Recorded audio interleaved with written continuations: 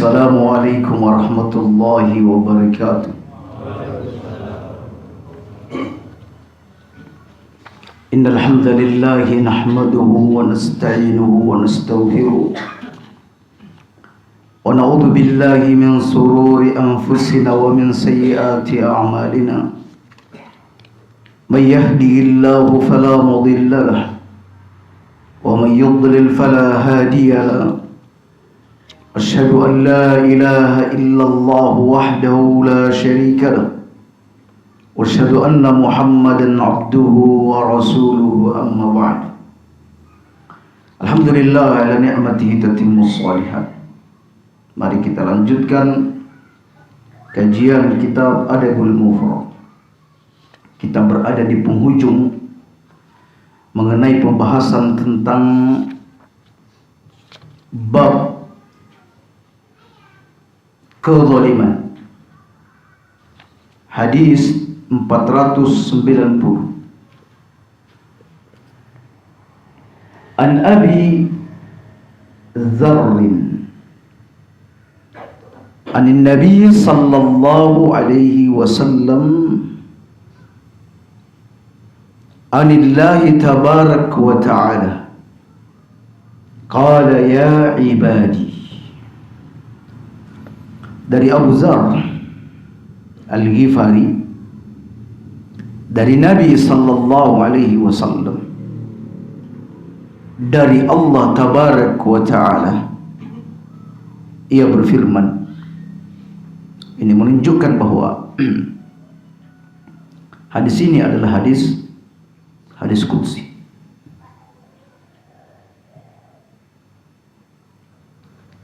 Hadis qudsi seperti yang didefinisikan oleh para ulama adalah hadis yang maknanya datang dari Allah Subhanahu wa taala, tetapi redaksinya itu datang dari Nabi sallallahu alaihi wasallam. Itu disebut dengan hadis qudsi.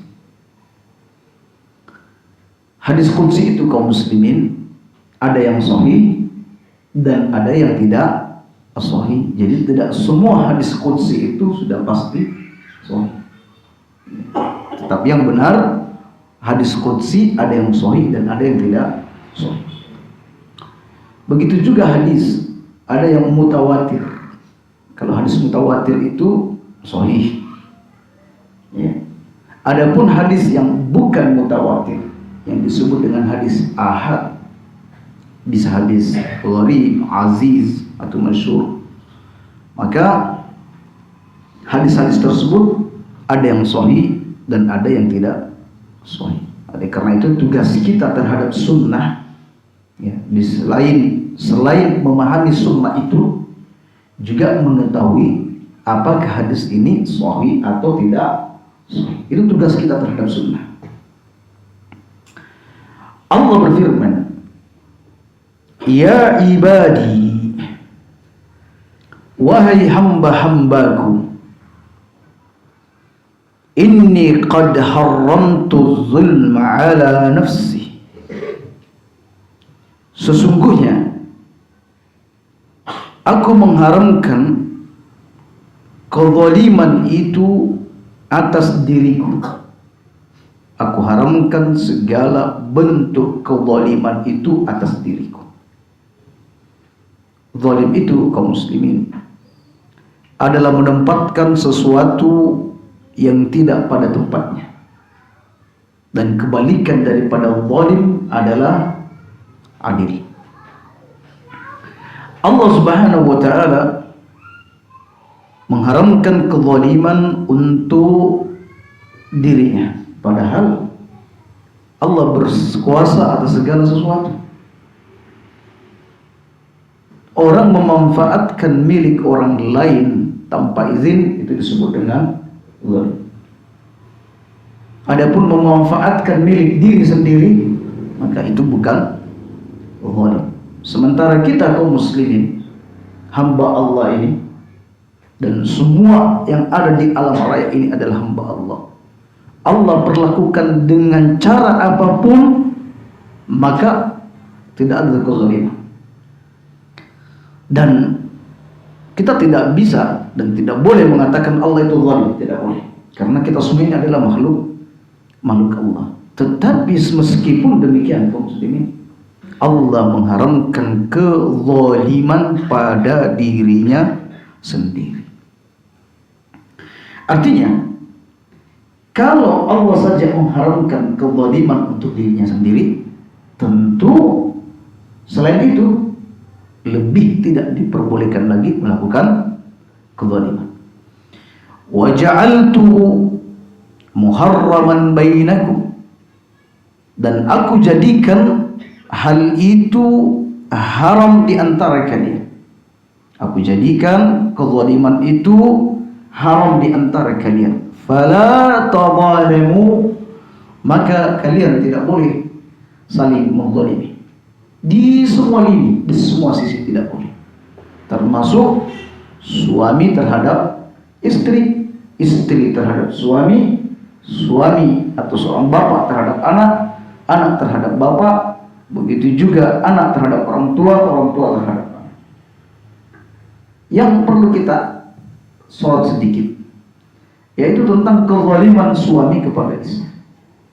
Kaum muslimin, ada banyak kezaliman yang dilakukan oleh seorang suami kepada istri. Di antaranya kaum muslimin adalah suami tidak memperkenalkan dan tidak mengajarkan dasar-dasar Islam kepada istri. Tidak memperkenalkan ilmu terhadap istri. Sehingga akhirnya istri cacat tauhid, cacat ibadah, cacat akhlak, dan cacat dalam urusan yang lainnya. Istri punya masalah sedikit, pergi ke dukun, minta bantuan kepada dukun. Itu terjadi ya, kadang tanpa sepengetahuan suami. Suami kendor kecintaannya kepada istri, sudah istri datang ke dukun, minta resep bagaimana caranya supaya suami itu tidak berpindah ke lain hati. Ini sudah bagian daripada kesyirikan. Cacat ibadah, sholatnya enggak beres, cara wudunya juga enggak beres. Kadang dia pakai kuteks, ya, pakai kuteks ini untuk kuku, dia berwudu tanpa dibersihkan terlebih dahulu. Kalau bahan-bahannya semisal dari dedaunan, ini tidak menjadi soal. Ini dia dari cat dan yang semisalnya, di mana ketika dikerik berarti bagian dalamnya tidak terkena, ini tidak sah wudunya. Tapi suami yang membiarkan, karena suaminya juga nggak ngerti, ya, sehingga akhirnya istrinya ada dalam kebodohannya terhadap syariat, karena suami tidak mengajak istri pada kebaikan-kebaikan dalam menuntut ilmu. Baik. Begitu juga dengan urusan muamalah, jual beli. Maka istri terjatuh dalam kesalahan-kesalahan diakibatkan karena suami tidak mengajarkan atau tidak mengajak istri ke majelis-majelis ilmu. Nah, ini kezaliman seorang suami terhadap istri. Karena kenapa kaum muslimin, saat seorang wanita sudah menikah, maka yang menjadi penanggung jawab dalam rumah tangga adalah suami. Allah berfirman, qu anfusakum wa ahlikum nar. Peliharalah dirimu dan keluargamu dari api neraka. Kata ahli tafsir, yang dimaksud adalah membimbing dan mengajarkan istri dan anak-anak. Itu diantara makna daripada memelihara keluarga dari api neraka. Kemudian kaum muslimin, kecemburuan yang lain adalah tipisnya kecemburuan seorang suami terhadap istri atas pelanggaran-pelanggaran yang dilakukan istri. Suami cenderung cuek dengan pelanggaran syariat yang dilakukan oleh istri. Istri keluar rumah nggak pakai jilbab, ya santai saja. Istri keluar berhias ala jahiliyah, santai saja. Ya. Dan lebih parahnya lagi, ketika istri sudah mendekati pintu-pintu zina, lalu suami cuma diam saja, ya, sudah mulai berwa-waan dengan laki-laki, bertelepon-teleponan mesra dengan laki-laki, bahkan mungkin sudah saling bonceng-boncengan, dia diam saja. Laki-laki model seperti ini kata Nabi disebut dengan dayus, alias istri sudah terjerumus mendekati zina, sudah masuk pada pintu zina, tapi dia diam saja. Dia tidak akan mencium bau surga. Model laki-laki seperti ini, dia zalim. Jadi kaum muslimin, waspadalah atas kezaliman yang kita tidak sadari. Kemudian kaum muslimin, bentuk kezaliman seorang suami terhadap istri adalah at-tatfif. Tatfif itu adalah ketika menuntut hak begitu kuat, tapi ketika menjalankan kewajiban lemah, bahkan hampir tidak menjalankan kewajiban yang baik terhadap istrinya, tidak memenuhi hak istri. Makanya disebutkan dalam Al-Quran, wailul lil mutaffifin, celakalah mutaffif. Mutaffif itu apabila dia membeli, minta disempurnakan timbangannya, kalau perlu dipenuhkan. Namun ketika dia menjual, maka dia mengurangi takaran. Ini tidak hanya berlaku pada jual beli, tapi juga berlaku dalam semua lini kehidupan kita. Ya, kuat dalam menuntut hak, tapi mengabaikan hak orang lain. Maka hati-hatilah kaum muslim, wahai para suami. Karena kita ini minta diservis secara sempurna. Ya, meminta istri mirip-mirip Khadijah supaya seperti Aisyah, supaya suami diberi pelayanan yang baik. Mau masuk surga tidak? Nggih, ayo izinkan poligami. Ya sekarang. Istri tertekan, aduh. Giliran berikan nafkah, uang belanja kurang.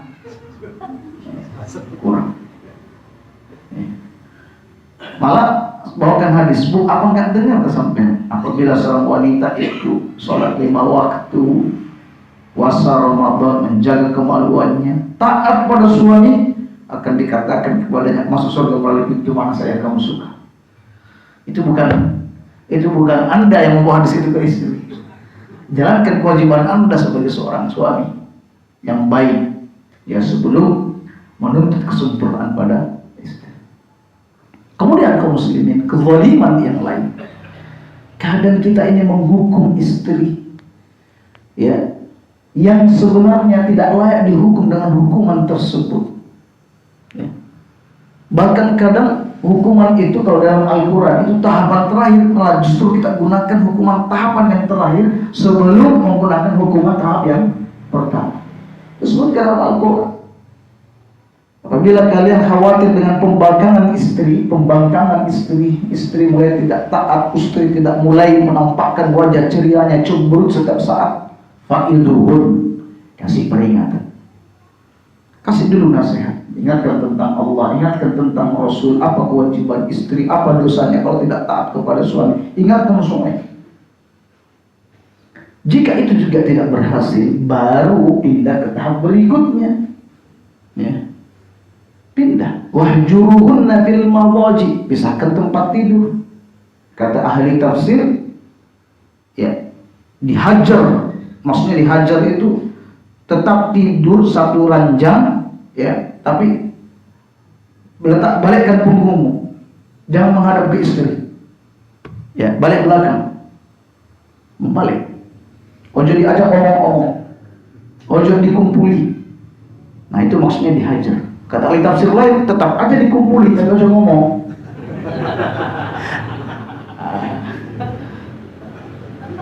Ada lagi ahli tafsir mengatakan, ya, ahli tafsir alias menghajar istri, berbicara dengan ketus dan lain sebagainya, supaya dia sadar bahwa dia melakukan sebuah kesalahan. Dan nampaknya pendapat yang benar bahwa hajar di sini maksudnya memboikot dia, menghajar dia, tidak diajak ngomong, membalik belakang, kemudian tidak berhubungan.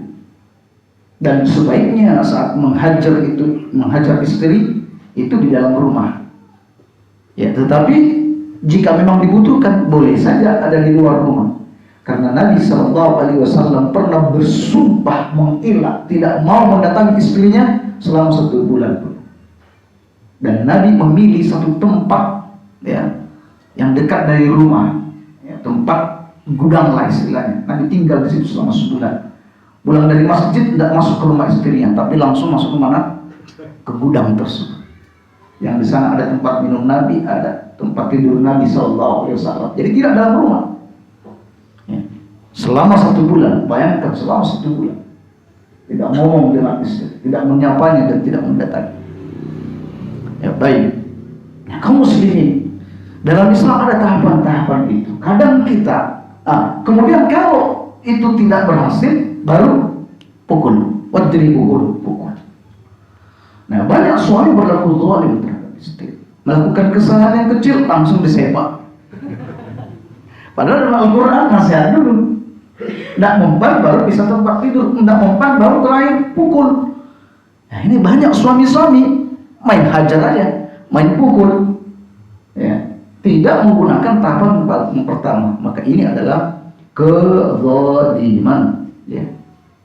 Kemudian yang terakhir kaum muslimin, banyak di antara para suami-suami saat berada di luar rumah ramah, ya, lembut terhadap orang-orang. Enak kalau diajak ngomong. Tapi ketika masuk rumah dia laksana singa, ya, membuat istri dan anak semua menunduk takut. Ini gak boleh kaum muslimin. Ini zalim, ini zalim. Kata Nabi, mereka bukanlah orang-orang yang terbaik. Dahulu para sahabat meminta izin untuk memukul istri-istri mereka, namun Nabi tidak mengizinkannya. Lalu wanita-wanita di masa itu ngelama sama suami akhirnya, gara-gara nggak boleh dipukul. Maka para sahabat datang dan berkata, ya Rasulullah, istri-istri kami ini pada ngelama semua. Ya, setelah tahu bahwa nggak boleh dipukul, lalu Nabi SAW mengizinkan untuk memukul. Ya, mengizinkan untuk memukul untuk uzur tertentu. Tak lama kemudian para wanita-wanita di Madinah pada berkumpul di depan rumah istri-istri Nabi, melaporkan tentang suami-suami mereka. Nabi pun geleng-geleng kepala. Maka Nabi setelah sholat segera berkhutbah. Sesungguhnya para wanita-wanita datang berkumpul di rumah istri-istri Nabi, menceritakan tentang kalian yang memukul istri-istri kalian, dan itu bukan orang yang terbaik. Orang yang terbaik di antara kalian adalah orang yang paling baik terhadap keluarganya, terbaik kepada istrinya. Jadi jangan sampailah kita ini baik terhadap orang lain, ya, masya Allah pergaulannya baik terhadap lingkungan sekitar, tapi kalau dengan istri belas tidak baik sama sekali. Itu gak baik kaum muslimin. Jadi ini baru dari sisi rumah tangga, belum urusan yang lain. Intinya jangan berbuat zalim. Jangan berbuat zalim. Dan kezaliman umumnya dilakukan pada 3: harta, kehormatan orang lain, atau darah orang lain. Harta, kehormatan, atau darah. Baik. Ya ibadi, selesai poin pertama. Ya ibadi, ini poin kedua. Innakumul ladzina tukhti'una bil-laili wan-nahar. Wahai hambaku, kalian ini selalu berbuat dosa, selalu jatuh dalam dosa, baik di waktu malam ataupun di waktu siang. Allah, seperti itulah kondisi kita kaum muslim. Ya. Pagi berbuat dosa, siang ya juga, ya sore, ya malam, tengah malam, ya. Subuh berbuat dosa lagi. Dan seperti itu memang kenyataannya. Allah mengatakan, wahai hambaku, kalian ini berbuat dosa di setiap pagi, di setiap malam, dan di setiap siang. Ya. Wa ana aghfiruz dzunuba, tapi ingat, aku ini pengampun, aku ini mengampuni dosa-dosa. Wala ubali, dan aku tidak peduli sebanyak apa itu dosa. Makanya fastaghfiruni aghfir lakum, maka minta ampunlah, niscaya aku akan mengampuni kalian. Dan kaum muslimin, memohon ampun itu di setiap saat adalah baik dan terpuji. Dan lebih istimewa lagi ketika permohonan ampun itu dilakukan di sepertiga malam yang terakhir. Karena disebutkan dalam hadis yang sahih bahwa Allah Subhanahu wa taala Rabb kita turun di sepertiga malam yang terakhir. Lalu Allah bertanya, ada enggak yang mau berdoa lalu aku kabulkan? Adakah yang mau meminta lalu aku berikan? Dan adakah yang mau memohon pengampunan lalu aku ampuni dosa-dosanya? Subhanallah, sepertiga malam terakhir, waktu yang paling istimewa kita minta kepada Allah Subhanahu wa taala. Tetapi sayang, sungguh sayang, waktu istimewa ini kadang 12. Kita terbangun di saat as-salatu atau qad qamatis salatu qad qamatis shalah, baru terbangun di saat itu. Ya Allah, lewat waktu-waktu istimewa yang semestinya kita harus manfaatkan dengan sebaik-baiknya. Ya. Kalau muslim yang sudah naik level itu, istilahnya sholatnya bukan cuma 5 waktu lagi deh. Dia sudah mengenal 7 waktu. Ada waktu sholat malam dan ada namanya waktu sholat duha. Nah biasanya begitu kalau muslim yang sudah levelnya agak tinggi. Nah tapi kalau yang cuma 5 waktu tok dijaga itu biasa. Ya, oleh karena itu kaum muslimin ayo naik level lah dikit. Malamnya dan juga siangnya. Baik. Rasulullah SAW bersabda, kullu bani Adam khata'. Setiap anak Adam itu ya, melakukan kesalahan, sering melakukan kesalahan. Wa khairul khata'in at-tawwabun, yang terbaik dari orang yang berbuat salah adalah mereka yang segera bertobat. Oleh karena itu kaum muslimin jangan sampai tergoda atau masuk jeratan iblis yang selalu membisik-bisikkan, nanti aja, tobatnya sebentar, nanti dan nanti. Tidak boleh kaum muslimin. Kapan kita berbuat dosa, segera mohon ampun, astagfirullah. Ini dosa, ini salah. Nah, cuma repotnya kaum muslimin untuk tahu ini dosa atau tidak, ya, ini harus dengan ilmu. Kadang ada orang sudah terjatuh dalam kesalahan dan dosa, tidak istighfar. Tanya, Mas, kenapa istighfar? Sampai sudah terjatuh dalam kesalahan. Lah, memang ini dosa kan? Nah, ini ada orang yang sudah terjatuh dan terjerumus dalam riba, sudah diingatkan pakai ayat, pakai hadis, nggak tobat ya, malah bangga. Ditanya, Mas, sampai nggak takut tak? Siapa bilang? Mau ada yang bilang halal kok. Nah, kaum muslimin. Jadi itulah pentingnya pendidikan agama untuk anak-anak kita. Sejak dasar, sejak kecil mereka mengerti bahwa ini perintah-perintah Allah, ini larangan-larangan Allah. Nah itu penting. Walaupun nanti misalnya kita sudah mengajari dengan baik, bahkan sudah kita pondokkan, ternyata tidak sesuai dengan apa yang kita harapkan. Loh, tamat pondok malah merokok, malah mestinya pakai jilbab yang besar, malah pakai jilbab kecil. Ini malah kadang tidak sholat, potorik. Tetapi ketahuilah kaum muslimin, anak-anak kita itu, dia sudah tahu bahwa apa yang dilakukan itu adalah terlarang, itu adalah salah, itu adalah haram. Dia sudah mengerti dan dia merasakan bahwa langkah dia salah, tetapi dia masih terkuasai oleh hawa nafsu. Beda dengan anak-anak kita yang sama sekali tidak mengerti dengan agamanya. Dia menganggap bahwa itu adalah boleh, itu adalah halal. Dia tidak tahu. Dan dia tidak pernah merasa bersalah dengan apa yang dia lakukan karena kebodohan dia. Jadi jangan katakan bahwa percuma, Arif sudah mondok 10 tahun kok masih seperti itu. Enggak, tidak ada yang percuma. Tidak ada yang percuma. Ya. Baik. Jadi ini poin yang pertama. Jadi jalan kesuksesan dan keselamatan seseorang dalam menempuh jalan Allah ini adalah ketika dia tahu bahwa dia terjatuh dalam dosa, segera mohon ampun kepada Allah Subhanahu wa ta'ala. Kami ketemu salah seorang penduduk Makkah, seorang pemuda yang sudah lebih dari muda. Sudah berapa kali sampai haji, Mas? Belum pernah. Loh, kok belum pernah? Bukannya Anda tinggal di dekat Ka'bah ini? Nanti wes ditumpu aja dulu dosanya. Aku ini kan masih muda. Ya, biar banyak dulu dosanya mas, biar sekaligus bertobat kepada Allah. Ya, nanti kalau sudah banyak dosa baru mau haji. Ya, ini kan namanya taswif. Taswif ini salah satu penyakit yang dimiliki oleh kaum muslimin, yaitu menunda-nunda melakukan kebaikan. Baik, berikutnya yang kedua sudah selesai.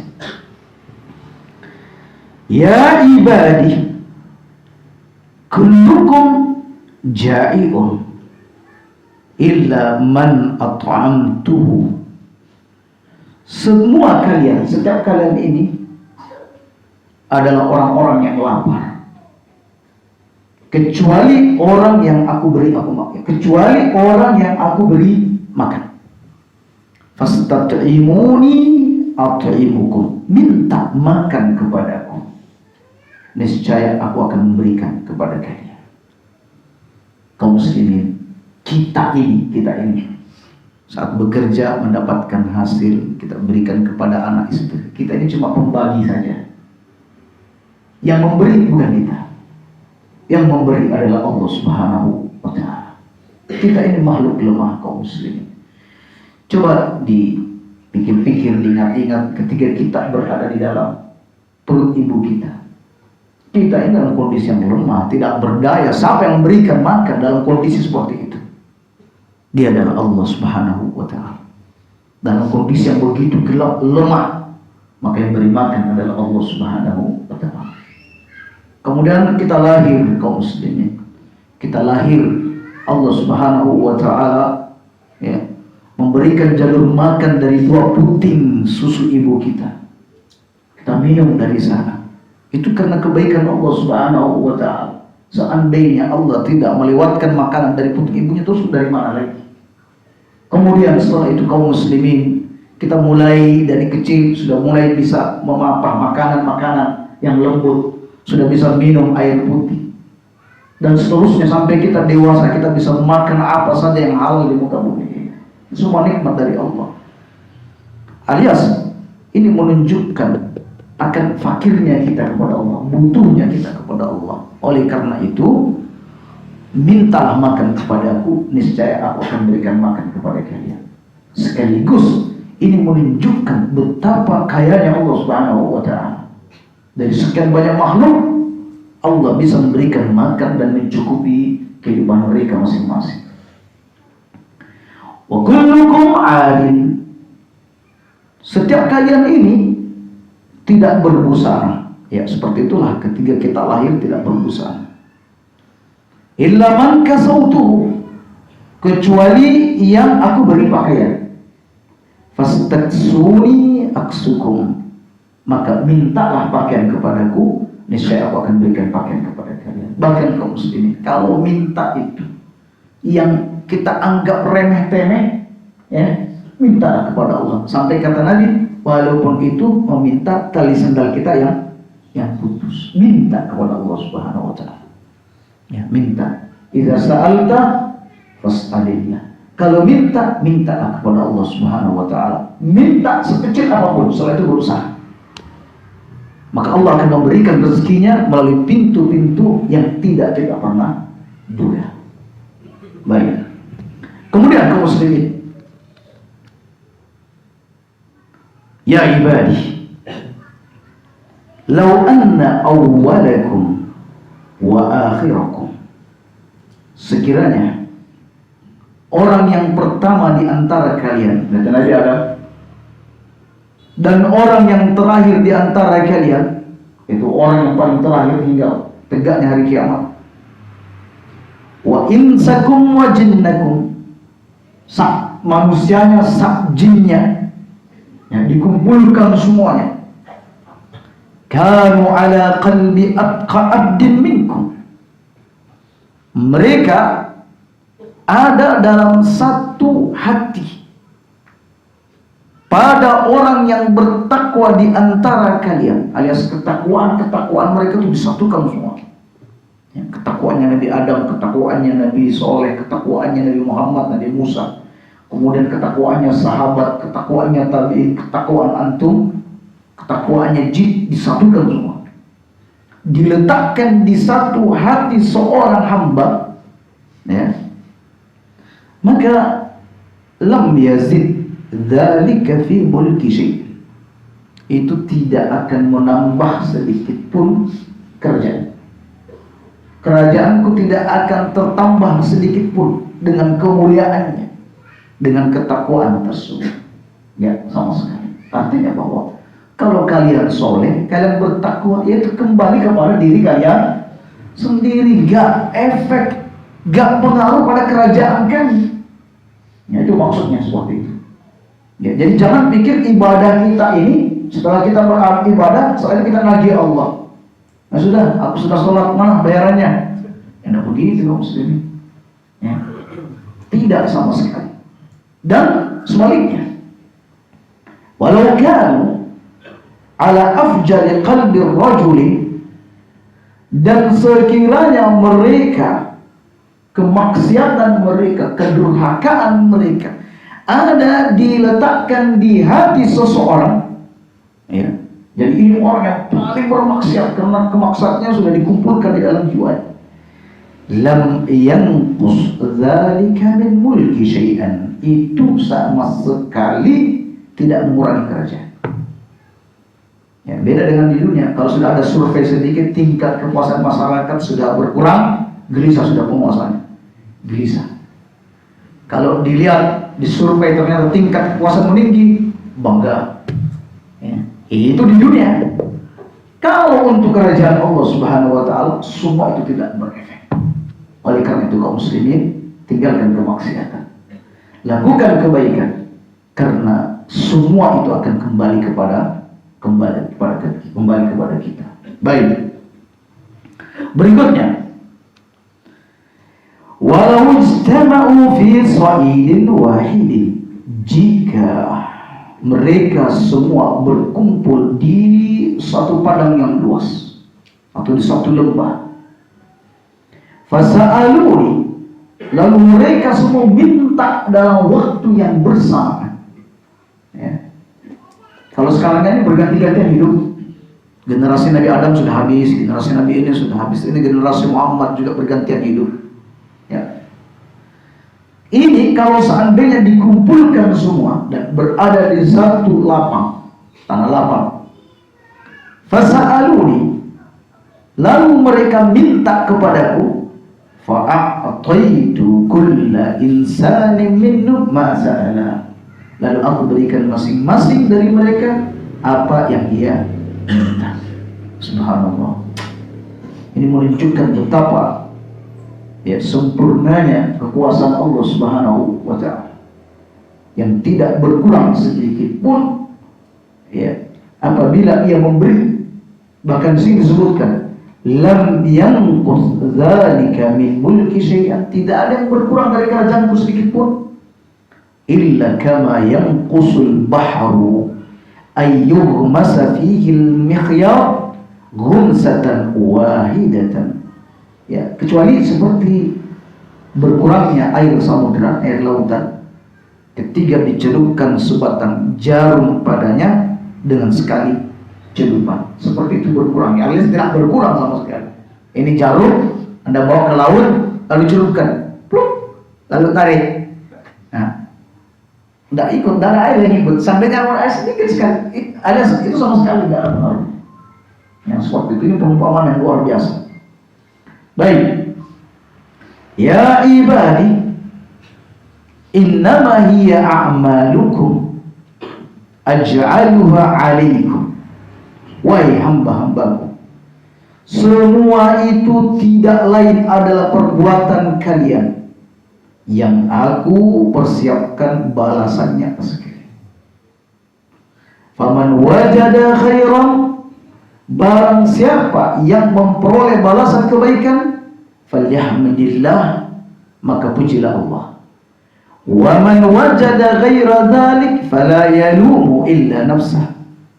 Apabila dia mendapatkan selain dari balasan kebaikan, maka ia tidak boleh mencela atau menyalahkan kecuali dirinya sendiri.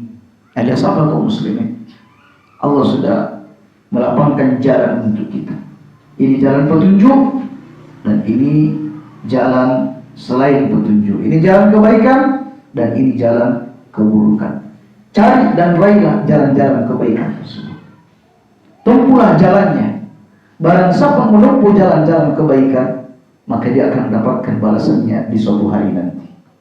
Dan barang siapa yang menempuh jalan keburukan, lalu kemudian mendapatkan balasan yang buruk, dia tidak boleh menyalahkan siapa-siapa. Tidak usah menyalahkan ustadznya, gak usah menyalahkan keluarganya, gak usah menyalahkan orang di sekitarnya, tapi salahkan dirimu sendiri. Kenapa Anda mau menjalani jalan yang buruk tersebut? Karena Abu Idris yang meriwayatkan hadis ini, idza haddatsa bihadzal hadis jassa ala rukbatayhi. Beliau ketika menyampaikan hadis ini, beliau sampai berlutut, ya, saking begitu dahsyatnya hadis yang disampaikan. Jadi intinya kaum muslimin, dari hadis yang panjang ini Allah menginginkan kepada kita satu, jangan berlaku zalim. Ingat ini kaum muslimin, karena zalim ini kegelapan pada hari kiamat. Yang kedua, kita ini hamba yang selalu berbuat dosa, baik di waktu malam ataupun di waktu siang. Kita harus menyadari ini kaum muslimin. Jangan bilang ada di antara kita, alhamdulillah, saya dalam satu hari ini sudah gak berbuat dosa. Kita ini kadang berbuat dosa dengan sesama, kadang kita juga berbuat dosa dengan Rabb pencipta kita. Kadang kita berbuat dosa karena melanggar aturan, kadang kita melakukan aturan tetapi berlebihan, ya, lewat batas. Ini juga tidak boleh. Maka berbuat dosa segera mohon ampun kepada Allah Subhanahu wa taala. Yang ketiga, Allah Subhanahu wa taala hendak menunjukkan dan mengungkapkan kefakiran kita. Kita ini semua adalah makhluk yang tidak berdaya, kaum muslimin. Kita ini tidak bisa makan kalau tidak diberi makan oleh Allah. Kita ini tidak berpakaian, kita ini telanjang kalau tidak diberi pakaian oleh Allah Subhanahu wa taala. Makanan yang kita makan datang dari Allah. Jangan pernah berkata, ini karena kemampuanku aku bisa makan. Aku berpakaian ini karena kehebatanku. Jadi jangan seperti Qarun, ya. Ketika diingatkan, dia mengatakan ini semua datang dari karena kehebatanku dan kemampuanku. Ya. Jadi banyak bersyukur, jangan takabur, jangan sombong. Ya. Ketika Anda dikaruniakan oleh Allah kenikmatan dunia, jangan bilang karena ini kehebatan saya. Semua itu karena Allah Subhanahu wa taala. Jadi Allah tidak menunjukkan kefakiran kita. Kemudian karena kita ini fakir, maka hamba yang terbaik adalah yang menunjukkan kefakirannya kepada Allah dengan banyak meminta. Makanya hamba yang tidak pernah minta kepada Allah dianggap sebagai hamba yang sombong, hamba yang kurang ajar. Baik. Yang keempat, Allah Subhanahu wa taala hendak mengingatkan kepada kita, wahai hambaku, kalian ini kalau melakukan amal soleh, maka kesolehan itu kembali pada dirimu sendiri. Kalau Anda melakukan kemaksiatan, dia juga kembali pada dirimu sendiri. Ya. Jadi jangan pernah berpikir bahwa Anda ketika melakukan kemaksiatan itu mengurangi kehebatanku dan kerajaanku. Sama sekali tidak. Dan juga tidak menambah kekuatanku dan juga tidak menambah kerajaanku. Itu yang keempat. Kemudian Allah sempurnakan bahwa perbendaharaan Allah itu begitu luas. Allah tidak mengumumkan kepada kita bahwa kita ini kalau berkumpul di satu lembah, minta di waktu yang bersamaan, Allah cukupi masing-masing. Allah beri. Artinya apa? Ini untuk menanamkan keyakinan kepada kita kaum muslimin. Jangan takut fakir, ya. Jangan takut miskin, ya. Jangan takut, ya, pesimis dengan menghadapi kehidupan dunia ini. Hanya gara-gara gak bisa bayar utang, banyak utang, ya. Gak, ini lalu putus asa, ya Allah, mungkin baiknya saya bunuh diri aja. Ya gak boleh kaum muslimin. Berarti ini hadis mau diapain? Allah mengatakan kalau kalian semua berada di satu lembah, minta di waktu yang bersamaan, tak beri. Ya. Cuma ketika Anda belum diberi, berarti Anda harus introspeksi. Ada apa? Ada apa? Mengapa? Atau mungkin usaha saya masih kurang. Kemudian yang terakhir, kaum muslimin, bahwa setiap kebaikan berbalas kebaikan. keburukan akan berbalas dengan keburukan. Kita semua akan memanen. Seperti kita menanam, maka kita juga akan memanen. Apa yang kita tanam, kita akan menuai apa yang kita tanam. Maka kaum muslimin, jika pada akhirnya Anda tidak mendapatkan apa-apa dan Anda justru jatuh dalam dosa dan kemaksiatan dan dimasukkan ke dalam neraka, maka jangan salahkan orang lain, melainkan diri sendiri. Demikian kaum muslimin sebagai penutup dari bab kezaliman. Kemudian kita bahas beberapa hadis tentang kafaratul marid. Bab kafaratul marid, bab kafarat bagi orang sakit. Bab ini berbicara tentang persoalan sakit, ya, membahas tentang masalah sakit. Apalagi kita yang sudah tua-tua 40 ke atas sudah mulai rentan kena penyakit, ya. Beda waktu masih muda dulu, nggak begitu ngerti dengan sakit. Sekarang sudah mulai menjaga makanan, ya, mulai menjaga waktu dan mulai menjaga banyak hal.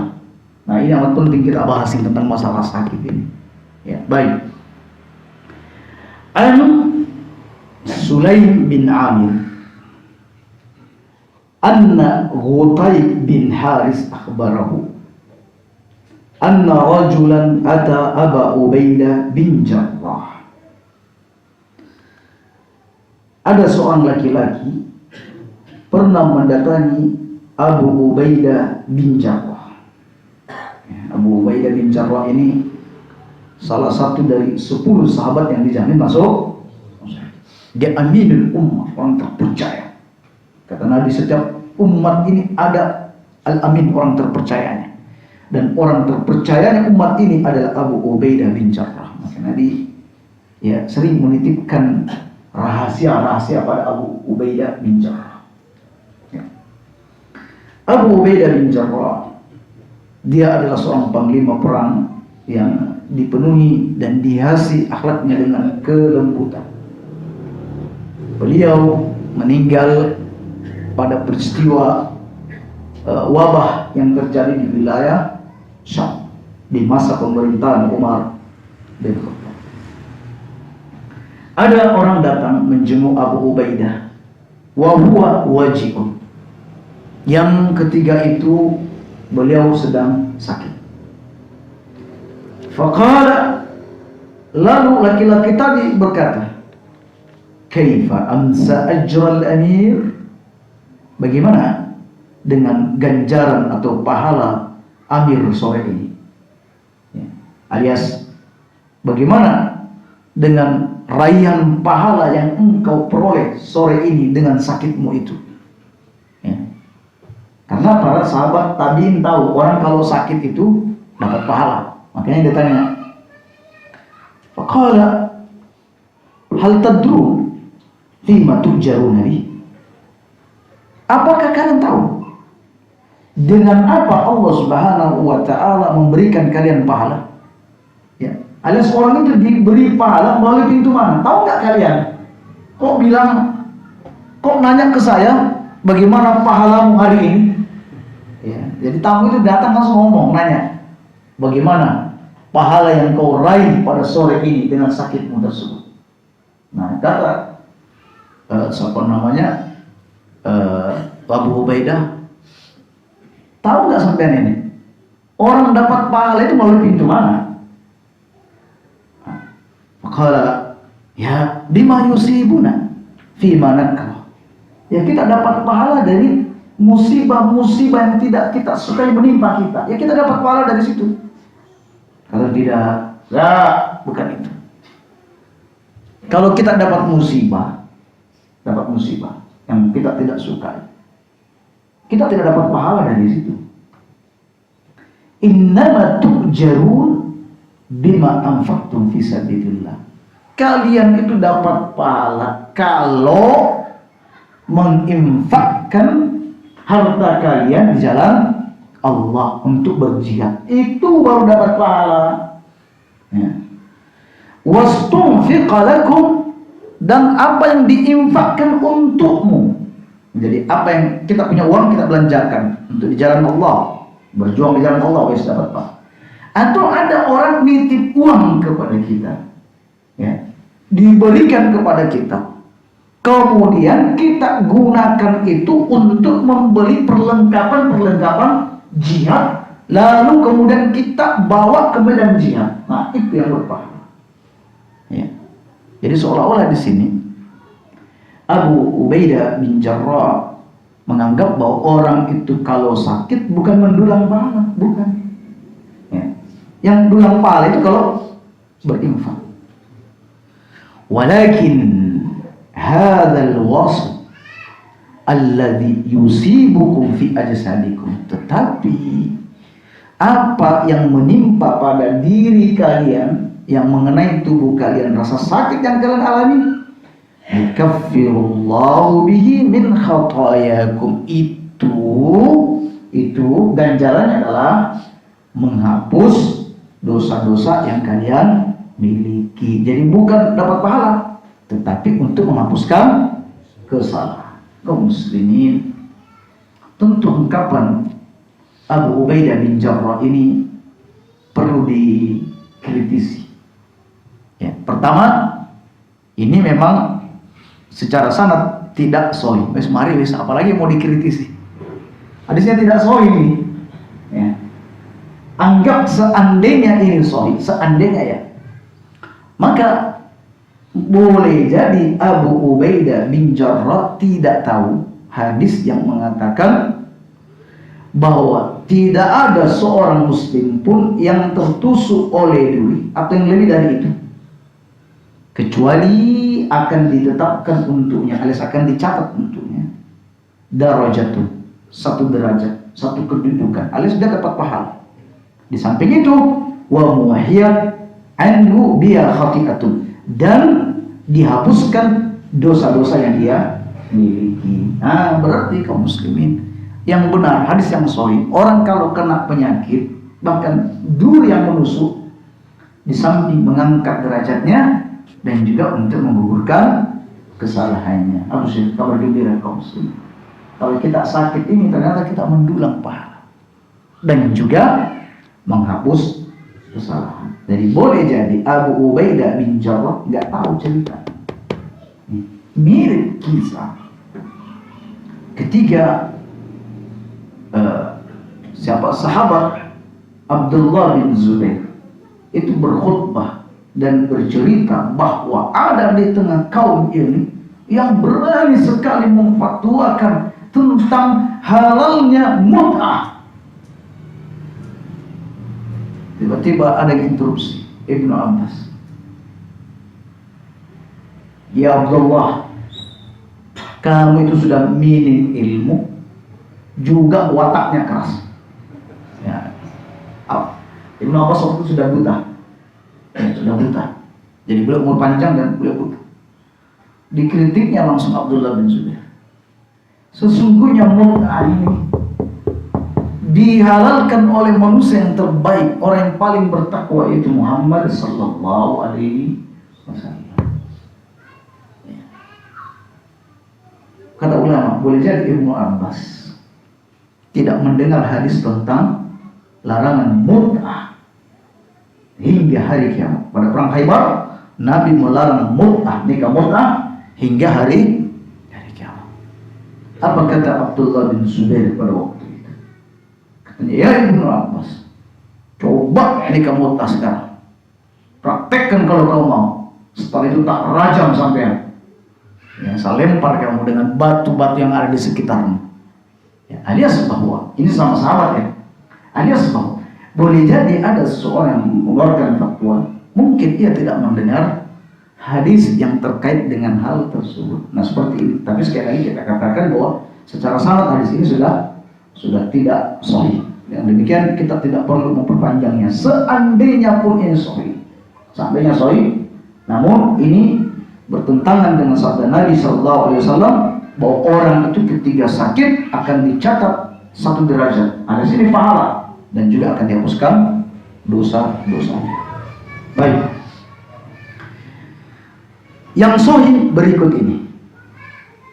An Abi Sa'id Al-Khudri Wa Abi Hurairah anin Nabi sallallahu alaihi wasallam qala ma yusibul muslimu min nasabin, tidak ada seorang muslim pun yang ditimpa keletihan, rasa letih, mungkin dari sawah seharian macul, kondisi panas, atau jualan keliling muter-muter sak muncak, ya, payah, letih, ya, apa saja, atau mungkin kajian, ceramahnya letih, misalnya, ya, perjalanan jauh dari tempat tinggal antum sampai ke majelis ilmu, sampai rumah, letih. Nah, ini yang dimaksud, ya. Nabi menyebutkan dengan kalimat nasab, letih dari apa saja, ya. Wala wasab, dan tidaklah seorang tertimpa penyakit. Penyakit apa saja, yang paling parah dan yang paling ringan, yang penting sakit. Dua. Wala hammin, dan tidaklah orang ditimpa dengan rasa kegelisahan. Gelisah ini, hammin ini untuk masa yang mendatang, memikirkan masa depan, memikirkan tentang peristiwa-peristiwa yang akan terjadi, memikirkan tentang hal-hal yang akan terjadi ke depan, lalu muncul kegelisahan. Ini kok rumah pas ada di lereng bukit, ini kok hujan deras, ya apa? Gelisah. Saya ini kok belum ada pekerjaan tetap, anak-anak sudah mulai membesar, mau sekolah, ya apa? Gelisah. Aku ini sudah usia cukup, istri kok belum datang-datang juga, calon istri. Atau sama perempuan, ini sudah usia cukup menikah, kok nggak ada pemuda sore yang mengetuk pintu rumah untuk meminangku. Gelisah. Nah, ini terkait dengan perkara-perkara yang akan datang. Wala hazanin, dan juga tidak ditimpa rasa sedih. Sedih ini maksudnya, hazan ini adalah perkara-perkara yang telah berlalu, ya. Perkara-perkara yang telah lalu, ya. Peristiwa-peristiwa yang sudah dialami. Ya Allah, dulu aku itu kecil jahilnya waktu itu, ya, pergi ke dukun ini, pergi ke dukun itu, sedih rasanya. Atau ya Allah, dulu orang tua saya masih hidup, kenapa saya tidak berbakti secara maksimal kepadanya? Sedih, ya. Sedih perlakuan dia terhadap ini, jadi muncul rasa sedih. Apapun peristiwa-peristiwa yang masa lalu yang memunculkan rasa sedih dia, atau mengingat kematian dari karib kerabatnya, lalu dia sedih. Wala adzan, dan tidak juga gangguan, yakni gangguan dari tetangga, gangguan dari teman, gangguan ini, baik itu harta, utang yang tidak dibayar, ya, semuanya. Wala ghammin, tidak juga kesedihan yang saat itu dijalani, ya. Jadi kalau sebelumnya masa lalu, yang ini yang akan datang, sekarang kesedihan yang saat ini dialami, ya. Istri kok moro-moro minta cerai, sedih, sampai ke pengajian itu juga masih sedih bawaannya. Kabar panen gagal, ya, wayai untuk mau panen jeruk ini untuk banjir, misalnya. Jadi itu kesedihan yang sedang dialami, ya. Hatta syaukatu yusakuha, sampai pun itu duri yang tertancap, duri yang tertancap padanya. Biasanya kalau duri yang tertancap, biasanya duri kecil, itu duri yang kecil. Tapi di sini tidak harus duri kecil, duri besar pun tertancap paku misalnya, ya, tertancap paku, atau mungkin apa yang ada di atas paku, ya. Illa, perhatikan kaum muslimin, inilah kabar gembira yang kita bawa. Illa kaffarallahu biha min khataya, kecuali Allah subhanahu wa ta'ala akan menghapuskan kesalahan-kesalahannya melalui musibah tersebut. Ya Allah, kabar gembira kaum muslimin. Jangan bilang, oh, masa sih cuma sekecil itu. Jangan kaum muslimin, ini adalah hadiah dari Rabb kita. Ingat, kita ini juga gemar berbuat dosa, ya. Gemar berbuat dosa. Makanya kaum muslimin dengan adanya musibah-musibah seperti ini, ya Allah, Allah hapuskan kesalahan-kesalahan kita. Ini bentuk kasih sayang Allah kepada hambanya. Kalau mau lebih takjub dari ini kaum muslimin, tapi ini sudah menakjubkan sekali. Ada disebutkan tentang hadis salat Jumat. Kata Nabi, man ghassala wa igtasala.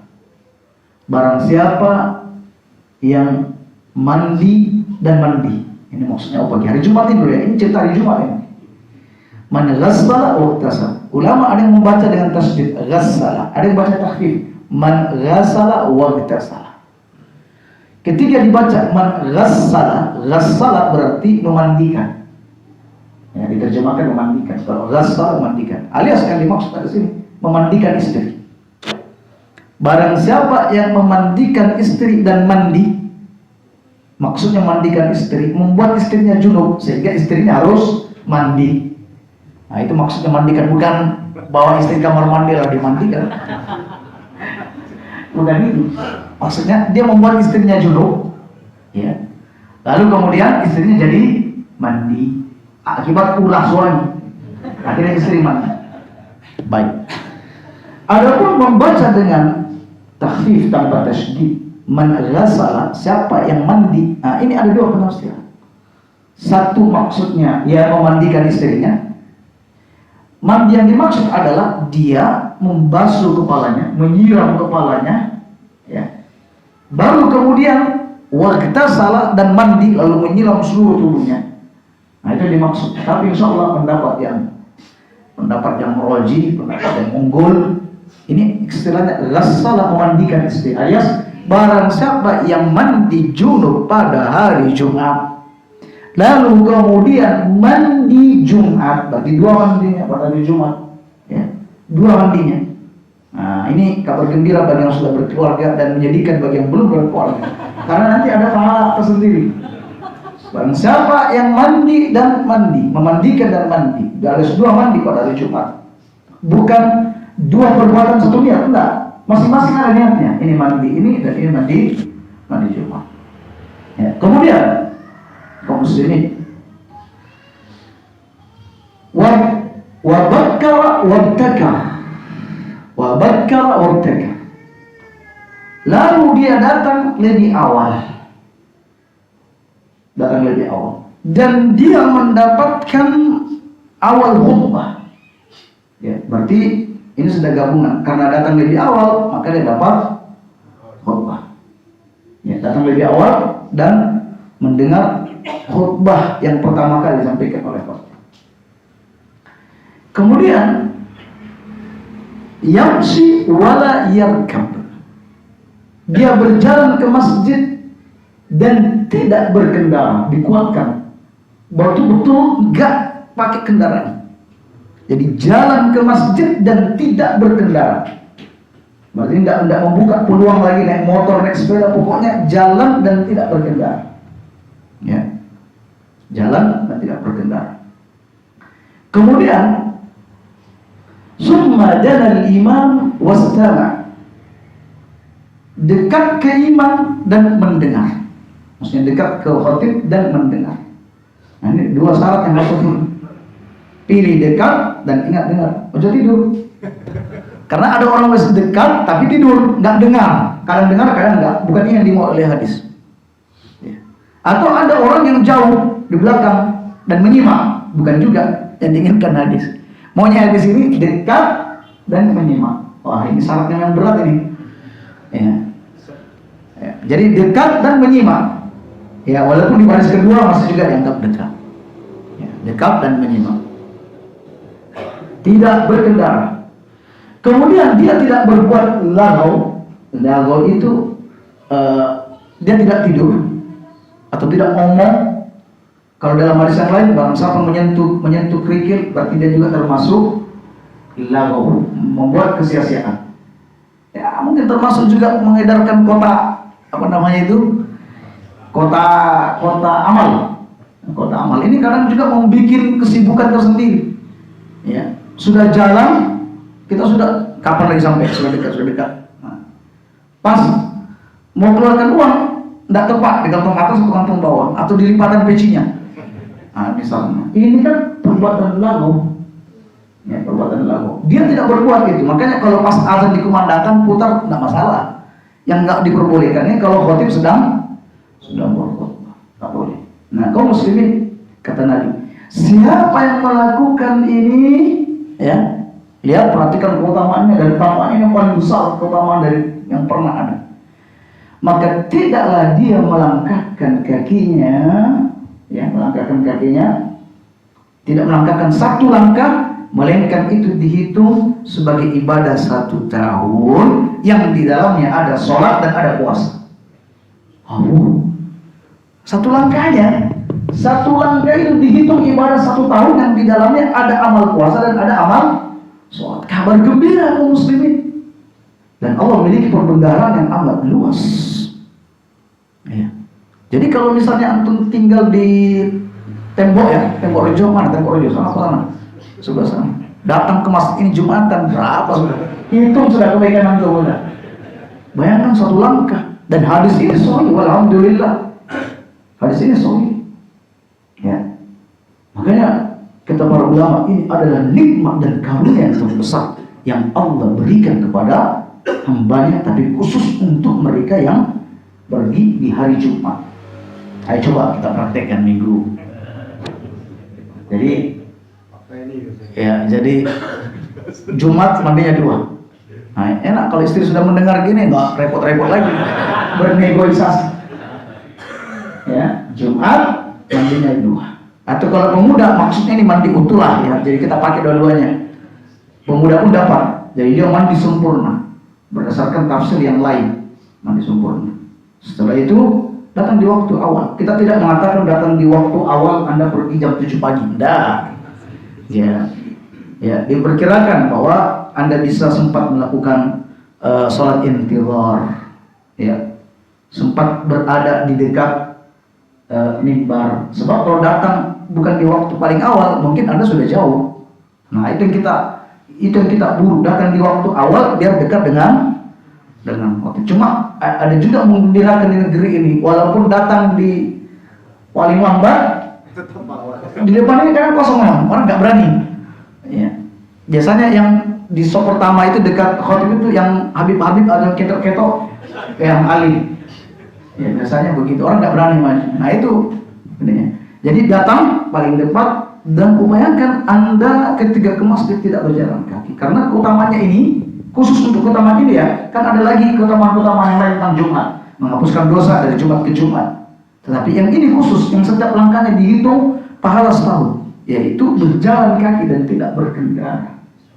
Ya, dari rumah jalan walaupun 1 kilo 2 kilo. Karena kita ini manja, subhanallah. Kami ini kalau umroh kadang dengan jamaah, jarak hotel misalnya jauh, ya. Ada orang jarak hotelnya mungkin 3 kilo, lo bisa itu mereka masih dilarang bolak-balik 5 waktu, ya. Padahal jarak hotel dengan masjidnya kadang 1 kilo, 2 kilo, kadang 3 kilo, bisa 5 waktu, ya.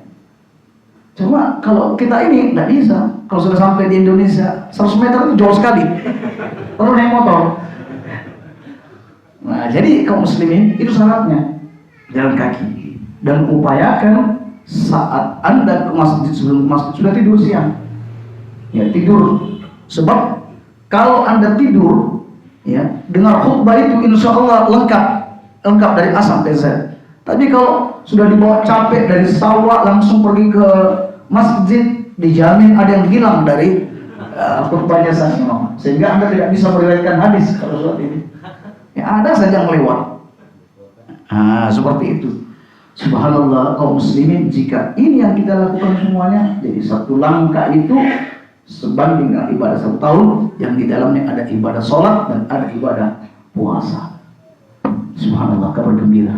Termasuk bagi saudara-saudara kami yang sakit hari ini, ya, yang berbaring di tempat tidurnya, atau mungkin sakit tapi tetap datang di majelis, maka ini juga ada keutamaan yang Allah berikan kepada Anda. Atau yang lagi risau gundah gulana saat ini, yang kami tidak ketahui, melihatkan antum sendiri, maka sesungguhnya ada kebaikan yang Allah berikan untuk antum, yaitu derajat dan penghapusan dosa. Demikian kaum muslimin kajian kita pagi ini.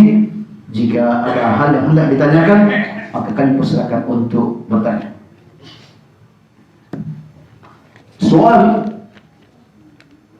apa hukumnya terkena najis atau memegang najis? Apakah membatalkan wudhu? Ya, misal kita menceboki anak kita, jawabnya tidak membatalkan wudhu. Tetapi Anda cukup membersihkan bagian tubuh yang terkena najis tersebut. Ya, karena Nabi SAW pernah ketika beliau sedang sholat, Jibril datang dan memberitahukan bahwa di kasut atau di sendal Nabi itu ada najis. Itu di tengah sholat. Lalu Nabi melepaskan sendal beliau, namun melanjutkan sholatnya.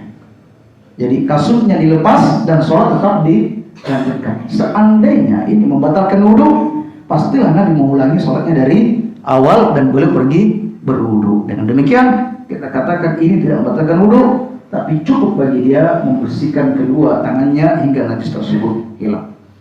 Dan apa saja pembatal wudhu itu, Ustaz? Satu, apa yang keluar dari kubul dan dubur, seperti kencing, kemudian BAB, kemudian kentut, maka itu membatalkan wudhu. Begitu juga keluar air mani, membatalkan wudhu.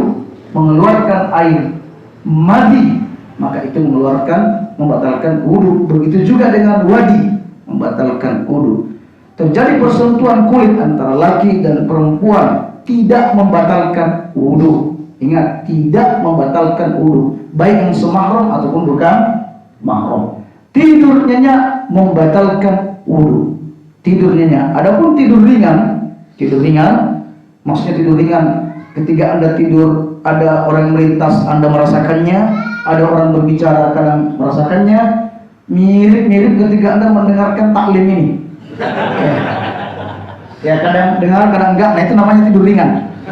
Ya, itu kemudian menyentuh kemaluan, maka itu membatalkan wudhu. Adapun selain itu, maka tidak membatalkan wudhu, insya Allah. Demikian. Ya, ya. Saya tadi jalan ke masjid tadi ya. Ya. Berangkatnya jalan karena jauh, pulangnya ngumut ini. Nggak masalah. Yang dimaksud ini ke masjidnya jalan kaki. Ada lagi yang karena jauh, separuh jalan naik motor lalu dititip, satu jalan kaki.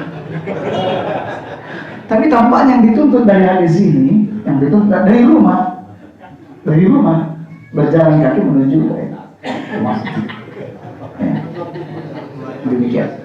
Jadi kalau pulangnya nggak ada soal, ini ke masjidnya. Ya. Baik kaum muslimin, kita cukupkan sampai di situ.